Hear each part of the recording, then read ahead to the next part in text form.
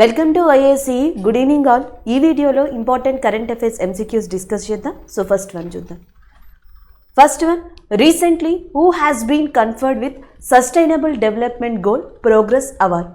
ఈ క్రింది వాణిలో ఎస్డిజి ప్రోగ్రెస్ అవార్డ్ అనేది ఎవరికి లభించింది అని అడుగుతున్నారు.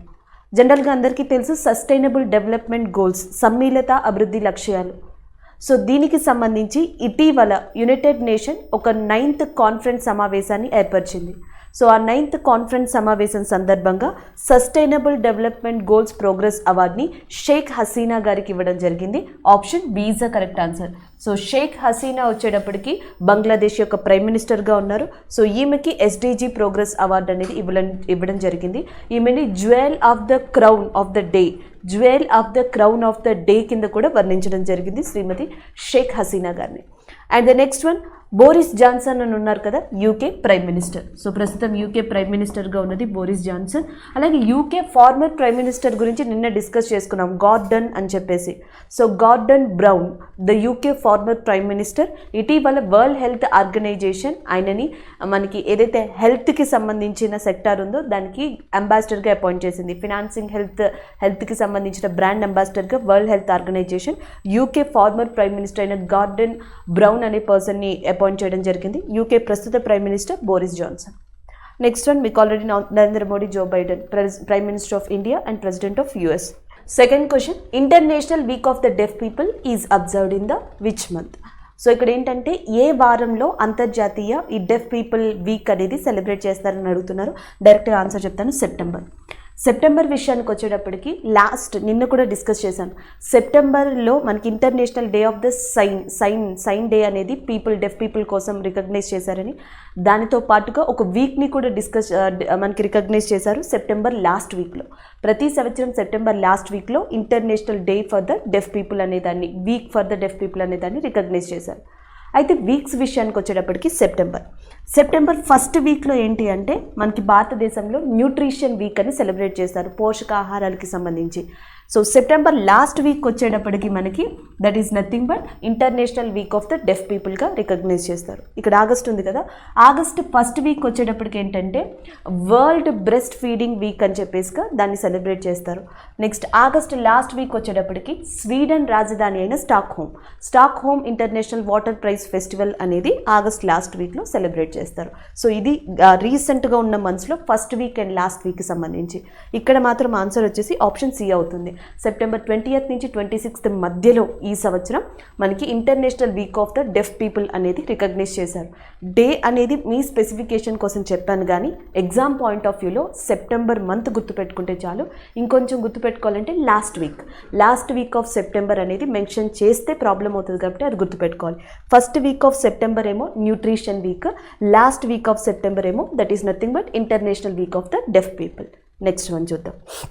నెక్స్ట్ వన్ వచ్చేటప్పటికి, and who is the author of the book the 3 Khans and emergence of new India. So the 3 Khans అనే బుక్ని ఎవరు రాశారని అడుగుతున్నారు. డిఫరెంట్ ఆథర్స్ ఇచ్చారు. ఆన్సర్ వచ్చేసి కావేరీ బామ్జాయ్ అనే పర్సన్ ద 3 Khans అనే బుక్ని రాశారు. సో ఈ బుక్ వచ్చేటప్పటికి షారూక్ ఖాన్, అమీర్ ఖాన్ అండ్ సల్మాన్ ఖాన్కి సంబంధించిన ఒక ఏమంటారు మెయిన్ స్టోరీ లీడింగ్ బుక్గా చెప్పొచ్చు. The 3 Khans which is return by Kaveree Bamzai. She is a very famous author. So రీసెంట్గా ఈ బుక్ని రాశారు. అలాగే ఇంకొకటి ఏంటంటే ఈ Salman Khan, Shahrukh Khan and as well as Aamir Khan. So వీళ్ళలో అమీర్ ఖాన్ రీసెంట్గా కరెంట్ అఫైర్లో ఉన్నారు. ఎందుకంటే ఏయూ స్మాల్ ఫినాన్స్ బ్యాంక్ మీకు ఆల్రెడీ తెలుసు.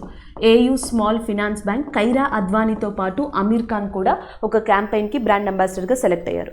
సో నెక్స్ట్ వచ్చేటప్పటికి అరుణాచల్ ప్రదేశ్ టూరిజం ఉంది. అరుణాచల్ ప్రదేశ్ టూరిజానికి 2019లోనే సల్మాన్ ఖాన్ని బ్రాండ్ అంబాసిడర్ చేసింది ఆ రాష్ట్రం. సో నెక్స్ట్ వచ్చేటప్పటికి West Bengal. Last year November మంత్లో షారూక్ ఖాన్ని ఆ స్టేట్ యొక్క బ్రాండ్ అంబాసిడర్గా ప్రకటించారు మమతా బెనర్జీ. వెస్ట్ బెంగాల్ చీఫ్ మినిస్టర్ మమతా బెనర్జీ షారూక్ ఖాన్ని ఆ స్టేట్ యొక్క బ్రాండ్ అంబాసిడర్గా అనౌన్స్ చేశారు. అండ్ 2019లోనేమో ఈ అరుణాచల్ ప్రదేశ్ టూరిజానికి బ్రాండ్ అంబాసిడర్గా సల్మాన్ ఖాన్ని అపాయింట్ చేసింది అరుణాచల్ ప్రదేశ్ ప్రభుత్వం. ఏయూ స్మాల్ ఫినాన్స్ బ్యాంక్ 2021లో అమీర్ ఖాన్ని అపాయింట్ చేసుకోవడం జరిగింది బ్రాండ్ అంబాసిడర్గా ఒక క్యాంపెయిన్కి సంబంధించి. సో ఇది వీళ్ళు రీసెంట్గా కరెంట్ అఫైర్స్లో ఉన్నవి. వీళ్ళ ముగ్గురు కలిసిన బుక్ ద 3 Khans అనేది దాన్ని కావేరీ బామ్జాయ్ అనే పర్సన్ రాశారు. నెక్స్ట్ వచ్చేటప్పటికి who has been recently appointed as the new Indian air force chief. So new Indian air force చీఫ్గా ఎవరు అపాయింట్ కాబోతున్నారు? ఆప్షన్స్ ఒకసారి చూద్దాం. ఆప్షన్స్లో వచ్చేటప్పటికి R K Singh Bhadauria and next Karambir Singh వచ్చేటప్పటికి మనకి నావీ. సో నావీ యొక్క అడ్మిరల్గా ప్రస్తుతం కరంబీర్ సింగ్ ఉన్నారు. నెక్స్ట్ ఇప్పుడు ప్రస్తుతం air marshal air force staff అంటాం కదా, నెక్స్ట్ ఎయిర్ స్టాఫ్కి సంబంధించి చీఫ్గా ఎవరున్నారంటే ఆర్కే సింగ్ భదూరియా. వైస్ చీఫ్గా ఎవరున్నారంటే VR Chowdary.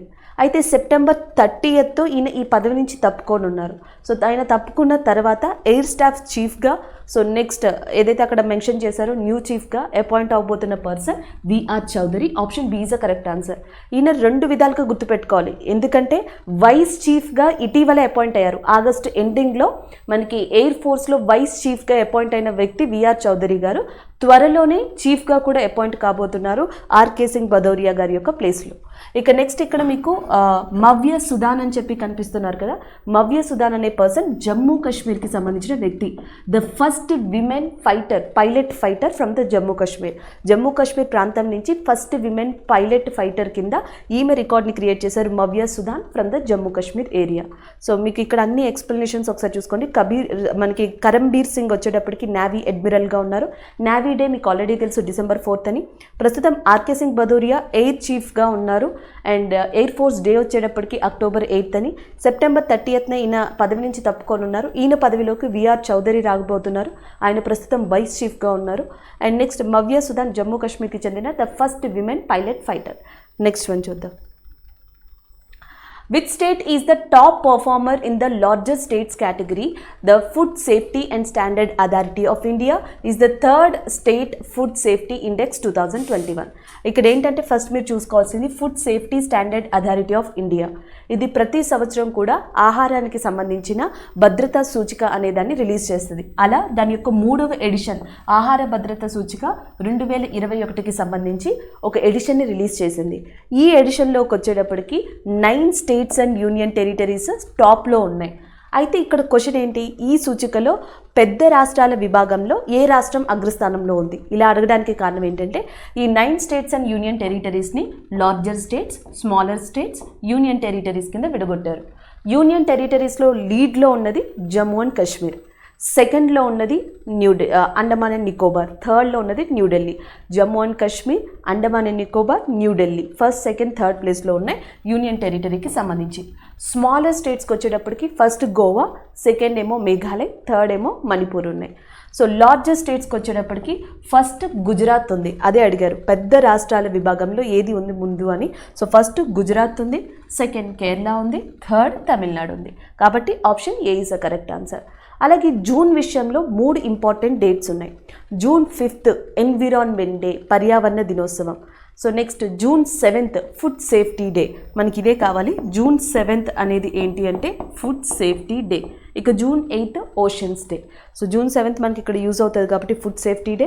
Food safety standard authority of India 3rd edition release చేసింది. లార్జర్ స్టేట్స్లో ఫస్ట్లో ఉన్నది ఏది అంటే Gujarat, second Kerala, third Tamil Nadu. And smaller స్టేట్స్లో ఫస్ట్లో ఉన్నది ఏది అంటే గోవా. యూనియన్ టెరిటరీలో ఫస్ట్లో ఉన్నది ఏది అంటే జమ్మూ అండ్ కాశ్మీర్గా చెప్పొచ్చు. ఓవరాల్గా 9 టాప్లో ఉన్నాయి ఈ లిస్ట్లో. దీనిని రిలీజ్ చేసింది ప్రస్తుతం ఆరోగ్య శాఖ మంత్రిగా ఉన్న మన్సుఖ్ మాండవ్య గారు. The health minister of India ఎవరైతే ఉన్నారో మనకి మన్సుఖ్ మాండవ్య, ఆయన ఈ రిపోర్ట్ని రిలీజ్ చేశారు. నెక్స్ట్ వన్ చూద్దాం. What is the total number of beaches from India to get the international blue flag certification? So ఇక్కడ మీకు కనిపిస్తుంది అంతర్జాతీయ బ్లూ ఫ్లాగ్ సర్టిఫికేషన్ పొందడానికి భారతదేశం నుండి మొత్తం ఎంపికైన బీచ్ సంఖ్యలు ఎంత అని అడిగారు. సో ఒకసారి దీని బ్యాక్గ్రౌండ్ అనేది చూద్దాం. ఫస్ట్ మీకు తెలియాల్సింది June 8th, అందుకే దీన్ని గుర్తుపెట్టుకోమన్నా. June 8th ఓషన్స్ డే, మళ్ళీ చెప్తున్నా June 8th oceans day, June 7th మనకి food safety day and June 5th environment day. So ఇక్కడ June 8th కావాలి. June 8th ఓషన్ డే సందర్భంగా ప్రతి ఇంటర్నేషనల్ ఆర్గనైజేషన్స్, ప్రతి కంట్రీస్ కూడా సో ఏదో ఒకటి ఈ సీస్ ఓషన్స్కి సంబంధించి ప్రోగ్రామ్స్ని మొదలు పెడుతూ ఉంటాయి. అలా కొన్ని సంవత్సరాల క్రితం మనకి June 8th ఓషన్ డే సందర్భంగా మనకి FEE అనే సంస్థ ఉంది, ఎన్విరాన్మెంట్ ఎడ్యుకేషన్కి సంబంధించి, foundation of environment education. So ఇది డెన్మార్క్ కేంద్రంగా పనిచేస్తుంది. ఇదేం చేసిందంటే ఒక బ్లూ ఫ్లాగ్ అనే సర్టిఫికేషన్ ప్రోగ్రామ్ని స్టార్ట్ చేసింది. ఇది ఒక ట్యాగ్ లాంటిది అనమాట. సో జనరల్గా మనకి క్లీన్గా ఉన్న ప్లేస్లు, క్లీన్గా లేని ప్లేస్లు ఇలా చెప్తాము. అలాగా ఏ బీచెస్ క్లీన్గా ఉన్నాయి, ఏ బీచెస్ మనకి పర్యావరణం పరంగా కరెక్ట్గా ఉన్నాయి అనే దాని మీద ఈ బ్లూ ఫ్లాగ్ అనమాట. సో దాని అర్థం ఒక ట్యాగ్ లైన్ లాంటిది. 33 పారామీటర్స్ చెప్పింది. ఆ 33 పారామీటర్స్ని ఏ బీచెస్ అయితే ప్రపంచంలో మీట్ అవుతాయో ఈ క్రైటీరియాని, ఆ బీచెస్ అన్నిటికీ బ్లూ ఫ్లాగ్ అనే ట్యాగ్ ఇస్తారు. సెకండ్ థింగ్, దీనివల్ల లాభం ఏంటి అంటే టూరిజం ప్రిఫరెన్స్ అనేది పెరుగుతుంది. అందుకే దీంట్లో మనకి united nation world tourism organization అనేది ఇన్వాల్వ్ అయింది. సో ఎప్పుడైతే టూరిజం డెవలప్ అవుతుందో దాని మీద ఎవరి ఫోకస్ ఉంటుందంటే యునెస్కో యొక్క ఫోకస్ ఉంటుంది. సో ఈ బ్లూ ట్యాగ్ అనేది దేని మీద డిపెండ్ అయ్యిస్తున్నారు అంటే పర్యావరణం అని చెప్తున్నాను, ఎకో ఫ్రెండ్లీగా. కాబట్టి యునైటెడ్ నేషన్ ఎన్విరాన్మెంట్ ప్రోగ్రామ్, ఒక్కసారి బ్లూ ఫ్లాగ్ అనేది కనుక బీచ్కి వస్తే united nation environment programme, united nation world tourism organization, UNESCO, ఇవన్నీ దాంతోపాటు IUCN కూడా ఈ ఇంటర్నేషనల్ ఆర్గనైజేషన్స్ మానిటరైజేషన్లో ఉంటుంది అది. అండ్ దానివల్ల ఎకనామికల్గా అండ్ నెక్స్ట్ ఎన్విరాన్మెంటల్గా, జాగ్రఫికల్గా దీనికి చాలా చాలా బెనిఫిట్ ఉంటుంది. అది బ్లూ ఫ్లాగ్ యొక్క కాన్సెప్ట్ అనమాట. అయితే ఈ బ్లూ ఫ్లాగ్ని ఎస్టాబ్లిష్ చేసిన తర్వాత భారతదేశంలో మొట్టమొదటిసారిగా 8 బీచెస్ అనేవి ఆథరైజేషన్ పొందాయి. 8 బీచెస్ ఇప్పటిదాకా కూడా. సో ఆ 8 బీచెస్లో ఒకటి వచ్చేటప్పటికి కేరళలో ఉంది, ఒకటి డయ్యూ అండ్ డామన్లో ఉంది, డయ్యూలో ఉంది, అండ్ ఒకటి వచ్చేటప్పటికి ఒడిస్సాలో ఉంది ఎస్పెషల్లీ, అండ్ ఒకటి గుజరాత్లో ఉంది, అండ్ అండమాన్ అండ్ నికోబార్లో రాధానగర్ బీచ్ అని చెప్పేసి ఉంది, Rushikonda in Andhra Pradesh, golden beach in that Odisha. ఇలా 8 స్టేట్స్ అనమాట, 8 బీచెస్ అనమాట. 8 బీచెస్ ఫ్రమ్ ద 7 ప్లేసెస్. నేను 7 ప్లేసెస్ ఎందుకన్నానంటే కర్ణాటకలో 2 బీచెస్ని రికగ్నైజ్ చేశారు. రీసెంట్గా ఏం చేశారంటే ఇంకొక 2 బీచెస్కి బ్లూ ఫ్లాగ్ వచ్చింది. అంటే టోటల్గా ఎన్ని వచ్చాయి? 10. సో మొట్టమొదటిగా ఈ కాన్సెప్ట్ పెట్టినప్పుడు 8 ఉన్నాయి, ఇప్పుడు ఓవరాల్గా 10 వచ్చాయి. ఆ 10లో రీసెంట్గా యాడ్ అయిన 2 ఏంటంటే ఒకటి వచ్చేటప్పటికి Eden beach from the Andaman and Nicobar ఒకటి, అండ్ ఇంకొకటి వచ్చేటప్పటికి Kovalam beach from the Tamil Nadu area. Kovalam beach Tamil Nadu, Eden beach, ఈ 2 కూడా దీంట్లో యాడ్ అయ్యాయి. కాబట్టి అంతర్జాతీయ బ్లూ ఫ్లాగ్ సర్టిఫికేషన్ పొందడానికి భారతదేశం నుండి మొత్తం ఎంపికైన బీచ్ సంఖ్య ఎంత అంటే 10. సో ఇక్కడ నుంచి మీరు ఏమైనా అప్డేట్ చేసుకోవాలంటే ఇంకేమైనా పెరిగితే మీరు దీన్ని అప్డేట్ చేసుకోవాలి. లేదా దీనిని ఎవరు కాన్సెప్ట్ స్టార్ట్ చేశారంటే FEE, ఇది స్టాండర్డ్ అండి, డెన్మార్క్లో ఉంది ఇది. లేదు ఏ డే సందర్భంగా అంటే June 8 ఓషన్ డే సందర్భంగా దీన్ని స్టార్ట్ చేశారు. అలా ఇండియా కూడా ఒక ప్రోగ్రామ్ని స్టార్ట్ చేసింది ఈ కోస్టల్ మేనేజ్మెంట్ కోసం. దానిని బీమ్స్ అని చెప్పేసి పిలుస్తారు. The BEAMS is a project which is started initially by India for the coastal management. Next one చూద్దాం. Which state government has recently declared a proposal to set up an electronic park along the Yamuna Expressway Industrial Development Authority? So ఇక్కడ question వచ్చేటప్పటికి మనకి Yamuna express way industrial development authority ఉందంట. So దాన్ని ఆనుకొని ఒక industrial electronic park అనే దాన్ని ఏర్పాటు చేస్తామని ఏ రాష్ట్రం ప్రతిపాదించింది అని అడుగుతున్నారు. జనరల్గా మీకు ఈ క్వశ్చన్కి ఆన్సర్ తెలియకపోయినా అంటే ఏమంటారు ఈ కాన్సెప్ట్ మీకు తెలియకపోయినా ఆన్సర్ ఈజీగా పెట్టచ్చు. ఎందుకంటే ఇక్కడ మీరు చూసుకుంటే ఎలక్ట్రానిక్ పార్క్ అని ఉంది, యమునా ఎక్స్ప్రెస్ వే అని ఉంది. సో జనరల్గా యమునా రివర్ కానీ యమునా ఎక్స్ప్రెస్ వే కానీ గుజరాత్కి, రాజస్థాన్కి, మధ్యప్రదేశ్కి సంబంధం ఉండదు. మ్యాక్సిమం సంబంధం ఉన్న స్టేట్ ఏదంటే ఉత్తరప్రదేశ్. సో జనరల్గా కూడా మీరు ఆన్సర్ పెట్టచ్చు, కొన్నిసార్లు ఇలా కూడా ఆన్సర్ చెయ్యొచ్చు మేబీ. అయితే ఉత్తరప్రదేశ్లో మనకి ఈ యమునా ఎక్స్ప్రెస్ వే దగ్గర 250 ఎకరాలలో ఈ ఎలక్ట్రానిక్ పార్క్ని స్థాపిస్తారంట. దీనివల్ల ఏంటంటే 50,000 కోట్ల వరకు ఇన్వెస్ట్మెంట్ అనేది జరుగుతుంది. చాలామంది దాదాపుగా 4 లక్షల మంది యువతకి 2024 కల్లా ఉపాధి అనేది ఇక్కడ లభిస్తుందంట. సో అందుకని చెప్పేసి ఈ పార్క్ని ఇక్కడ ప్రపోజ్ చేయడం జరిగింది. ఉత్తరప్రదేశ్లో చాలా ఇంపార్టెంట్ కాన్సెప్ట్స్ ప్రపోజ్ చేశారు ఈ మధ్యన. ఒకటి మీరు చూడొచ్చు, like first green hydrogen plant మనకి ఇండియన్ ఆయిల్ కార్పొరేషన్ మధురాలో నిర్మిస్తుంది. అలాగే నెక్స్ట్ వచ్చేటప్పటికి ఈ సంస్కృతి పార్క్ అనే దాన్ని, సంస్కృతి ఫారెస్ట్ అనే దాన్ని డెవలప్ చేస్తున్నారు. ఇక్కడ వారణాసిలో ఒక రుద్రాక్ష సెంటర్ని ఓపెన్ చేశారు. సో ఇలా and pod taxi in Noida, so దాన్ని కూడా ప్రతిపాదించారు. వాటితో పాటే ఈ ఎలక్ట్రానిక్ పార్క్ కూడా. సో దీన్ని ఉత్తరప్రదేశ్లో స్టార్ట్ చేయబోతున్నారు.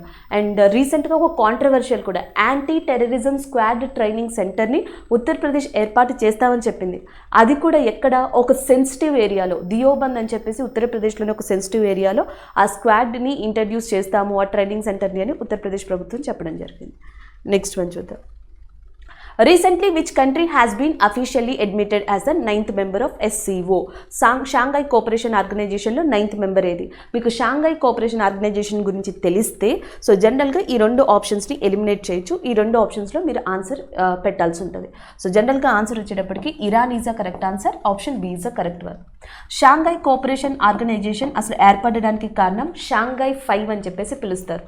1996, 1997 1996-97 మధ్యలో షాంఘై 5 అని చెప్పేసి Tajikistan and China and as well as next వచ్చేటప్పటికి మనకి Russia and as well as next వచ్చేటప్పటికి కజకిస్తాన్ అండ్ కిర్గిస్తాన్ ఈ 5 కంట్రీలు కలిసి కొన్ని ప్రోటోకాల్స్ని ఏర్పరచుకున్నాయంట. దాని తర్వాత 2001 ఆ టైంలో ఆ ప్రాంతంలో అజబికిస్తాన్ కూడా ఈ ప్రోటోకాల్లో జాయిన్ అయిందంట. సో అది షాంఘై కోఆపరేషన్ ఆర్గనైజేషన్గా వర్క్ అవ్వడం స్టార్ట్ చేసింది.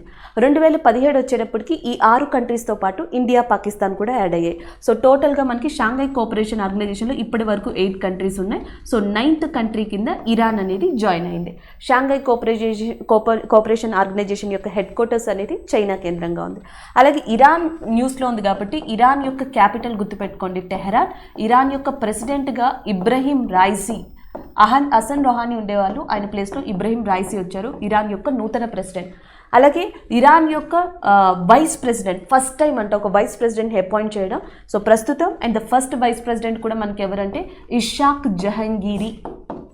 Ishaq Jahangiri is a new and the first vice president of Iran and Ebrahim Raisi is a president of that ఇరాన్గా గుర్తుపెట్టుకోవాలి. Capital Tehran. Next one, who is the current prime minister of Canada. Canada యొక్క current prime minister ఎవరు అని అడుగుతున్నారు. So ఇక్కడ different persons ఇచ్చారు, చూద్దాం. అజీజ్ అక్నోచ్ అని ఉన్నారు కదా, ఈయన మొరాకోకి సంబంధించిన ద ప్రైమ్ మినిస్టర్ ఆఫ్ మొరాకోగా చెప్పచ్చు. Nikol Pashinyan is the prime minister of Armenia. So Yoshihide Suga is from the Japan area. ఇంకా మిగిలింది మనకి కెనడా అని అడుగుతున్నారు కాబట్టి Justin Trudeau. So Justin Trudeau 3rd time 3వసారి ప్రధానమంత్రిగా కెనడాలో ఎంపికయ్యారు. Option A is the correct answer. Canada యొక్క క్యాపిటల్ గుర్తుపెట్టుకోండి, Ottawa is a Canada capital. Canada currency వచ్చేటప్పటికి కెనాడియన్ డాలర్ అనేది దీని కరెన్సీగా ఉంది. నెక్స్ట్ వన్ చూద్దాం. Who has been appointed by the Facebook India as its Director of Public Policy. So మనకి ఈ కింది వాణిలో ఎవరు డైరెక్టర్ ఆఫ్ పబ్లిక్ పాలసీగా అపాయింట్ చేయబడ్డారు ఫేస్బుక్కి అని అడుగుతున్నారు. ఇందు మల్హోత్రా గారు వచ్చేటప్పటికి లాస్ట్ టైం డిస్కస్ చేసాం, మనకి సుప్రీంకోర్టులో జస్టిస్గా చేసి రిటైర్ అయ్యారు ఆమె. సో ఆమెని ఈ ఢిల్లీకి సంబంధించిన ఒక దాంట్లో ఒక బోర్డులో సో ఆమెని అంబుడ్స్మ్యాన్గా అపాయింట్ చేయడం జరిగింది కాబట్టి ఆమె కాదు. నెక్స్ట్ వచ్చేటప్పటికి అల్కా నంగియా అరోరా, మనకి నేషనల్ స్మాల్ ఇండస్ట్రియల్ కోఆపరేషన్ దీనికి చైర్మన్ కమ్ ఎండీగా ఇటీవల అపాయింట్ అయిన పర్సన్ అల్కా నంగియా అరోరా. సో ఇంకా మిగతా వాళ్ళు Amit Saxena, Rajiv Agarwal. So answer Rajiv Agarwal is a correct answer. So option C is a correct one. Facebook India తన పబ్లిక్ పాలసీ డైరెక్టర్గా రాజీవ్ అగర్వాల్ గారిని అపాయింట్ చేయడం జరిగింది. ఆప్షన్ సి అనేది correct one. Facebook grievance officer in ఇండియాగా ప్రస్తుతం ఉన్నది స్ఫూర్తి ప్రియా గారు. అలాగే ఫేస్బుక్ రీసెంట్గా స్టార్ట్ చేసింది న్యూస్ బులెటిన్ అనే ఒక ఫీచర్ని కూడా ఫేస్బుక్కి ఇటీవల లాంచ్ చేసింది. నెక్స్ట్ వన్ చూద్దాం. Recently who has become the fastest Indian to summit 2 peaks. So రీసెంట్గా 2 శిఖరాల్ని అధిరోహించిన ఫాస్టెస్ట్ ఇండియన్ ఎవరు అని అడుగుతున్నారు. ఆప్షన్స్లో డిఫరెంట్ పర్సన్స్ ఇచ్చారు. సో మనకి ఆన్సర్ వచ్చేటప్పటికి Geeta Samota is a correct answer. Option D is a correct one. So Geeta Samota గారు వచ్చేటప్పటికి ఆమె పోలీస్ క్యాడర్కి సంబంధించిన వ్యక్తి. అయితే యూరప్లో రష్యాలో అతి ఎత్తైన మౌంటైన్ పీక్ ఉందంట, శిఖరం, దాని పేరు మౌంట్ ఎల్బ్రస్. దాదాపుగా 5000 feet కన్నా ఎక్కువ ఉంటుంది ఇది మౌంట్ ఎల్బ్రస్ అనేది. రష్యాలో ఉంది. యూరోపియన్లో అతి ఎత్తైన పీక్ అని చెప్తున్నారు యూరప్ మొత్తంలోనే. ఇంకొకటి వచ్చేటప్పటికి Kilimanjaro, mount Kilimanjaro which is located in African continent Tanzania. So African కాంటినెంట్లోని టాంజానియాలో ఉండే కిలిమంజారోని అండ్ యూరోప్లోనే అతి ఎత్తైన రష్యాలో ఉన్న మౌంట్ ఎలిబ్రస్ని, ఈ రెండింటిని కూడా చాలా ఫాస్ట్గా అధిరోహించిన ఇండియన్ విమెన్గా గీతా సమోతా గారు పేరుగాంచారు. Option D is a correct answer. So ఇది వరకు ఈవిడ ఆల్రెడీ ఉత్తరాఖండ్లో ఉన్న కొన్ని మౌంటైన్ పీక్స్ని, నేపాల్లో ఉన్న కొన్ని మౌంటైన్ పీక్స్ని అధిరోహించారంట. సో ఆమెకి ఆ క్రెడిట్ ఉంది. రీసెంట్గా ఈ రికార్డ్ని క్రియేట్ చేశారు. అంటే ఈ సంవత్సరం 2021లో గత 6 నెలల్లో 2 విమెన్స్ ఉన్నారు జనరల్గా చెప్పాలంటే, అంటే రికార్డ్ బ్రేక్ చేసిన వాళ్ళు. ఒకటి గీతా సమోతా గారు, ఇంకొకరు ప్రియాంక మోహితే మనకి నేపాల్లో అన్నపూర్ణ అని చెప్పేసి ఉంది. 10th highest peak in the వరల్డ్గా చెప్తారు. ఆ అన్నపూర్ణ పీక్ని అధిరోహించిన మొట్టమొదటి ఇండియన్ మహిళ ప్రియాంక మోహితే గారు. ఈ మౌంట్ ఎలిబ్రస్ కిలిమంజారోని ఫాస్టెస్ట్గా అధిరోహించిన మహిళ గీతా సమోతా గారు. నెక్స్ట్ వన్ చూద్దాం. Recently, twin sisters Umino Sumiyama and Kumo Kodama have been certified by Guinness Records as the oldest living twins. Which country do they belongs to? Oldest living ట్విన్స్గా ఒకటి Sumiyama and రెండోది వచ్చేప్పటికి కొడామా అనే ఇద్దరు persons, వాళ్ళకి 107 years అంటండి, ఇద్దరికి 107 సంవత్సరాలు ఓల్డెస్ట్ లివింగ్ ట్విన్స్ కింద గిన్నీస్ రికార్డ్ని సంపాదించుకున్నారు. వాళ్ళు జపాన్ కంట్రీకి సంబంధించిన వ్యక్తులు. Option B is the correct answer. They are from the Japan area. ఇక్కడ ఉన్న క్యాపిటల్స్ అన్నీ మీకు ఆల్రెడీ తెలుసు. చైనా క్యాపిటల్ వచ్చేటప్పటికి Beijing, south Korea capital Seoul, Philippines capital Manila and Japan capital Tokyo. Thanu Padmanabhan recently passed away. Which field he belongs to? Thanu Padmanabhan రీసెంట్గా చనిపోయారు. ఆయన ఏ ఫీల్డ్కి సంబంధించిన వాళ్ళు అని అడుగుతున్నారు. సో ఆప్షన్స్లో మ్యూజిక్, సైన్స్, పాలిటిక్స్, లిటరేచర్ ఉన్నాయి. ఆన్సర్ వచ్చేసి science is a correct answer. Option C. So ఆయన సైన్స్ ఫీల్డ్కి సంబంధించిన వ్యక్తి. Option C is a correct one. And 300 research పేపర్స్కి కాంట్రిబ్యూట్ చేశారు ఆయన. అలాగే నెక్స్ట్ వచ్చేటప్పటికి Indian university intro university centre for astronomy and ఆస్ట్రోఫిజిక్స్కి సంబంధించిన దాంట్లో కూడా ఈయన వర్క్ చేశారు. సో ఆయన సైన్స్ విభాగానికి సంబంధించి. Next one, where did the researchers from the Geological Survey of India discover the teeth of a new species of hybodonut shark of the Jurassic age? So ఇక్కడ క్వశ్చన్ వచ్చేటప్పటికి ఏంటంటే Jurassic ఏజ్కి సంబంధించిన హైబోడాంట్ shark, దానికి సంబంధించిన పళ్ళని రీసెంట్గా జియోలాజికల్ సర్వే ఆఫ్ ఇండియా, దీని హెడ్ క్వార్టర్స్ కలకత్తా వెస్ట్ బెంగాల్లో ఉంది. సో ఈ గ్రూప్ ఆఫ్ పరిశోధకులు కనుగొన్నారు. అది ఎక్కడ కనుగొన్నారు అని అడుగుతున్నారు. లైక్ హర్యానా, రాజస్థాన్, పంజాబ్ ఇలా ఇచ్చారు. Answer Rajasthan is a correct answer. Option B. So రాజస్థాన్లోని జైసల్మీర్ ప్రాంతంలో geological survey of India which is based on Calcutta West Bengal, ఒక గ్రూప్ ఆఫ్ పరిశోధకులు మనకి జురాసిక్ ఏజ్ దాదాపుగా 165 మిలియన్ సంవత్సరాల క్రితానికి చెందిన ఈ హైబోడనట్ షార్క్కి సంబంధించిన పళ్ళని కనుగొన్నారు. Option B is a correct answer. అలాగే జపాన్, థాయిలాండ్ ఇదివరకే దీని యొక్క థింగ్స్ని కనుగొన్నాయి. అంటే ఇలాంటి వాటిని జపాన్, థాయిలాండ్ ఆల్రెడీ కనుగొన్నాయి. కాబట్టి India is the third country. ఇలాంటి దాన్ని కనుక్కోవడంలో ఇండియా ప్రపంచంలోనే థర్డ్ కంట్రీగా నిలిచింది ఇటీవల. సో అది కూడా ఒక పాయింట్ని మీరు గుర్తుపెట్టుకోవచ్చు. Next one, which city is going to host the winter Olympics and para Olympics games of 2022? So జనరల్గా ఈ సంవత్సరం 2020లో జరగాల్సిన టోక్యో ఒలింపిక్స్ అనేవి ఈ సంవత్సరం జరిగాయి జపాన్ కేంద్రంగా. టోక్యో అంటే పారా ఒలింపిక్స్ కానీ ఒలింపిక్స్ కానీ 2020వి జపాన్ టోక్యోలో జరిగాయి. ఇవి సమ్మర్ ఒలింపిక్స్.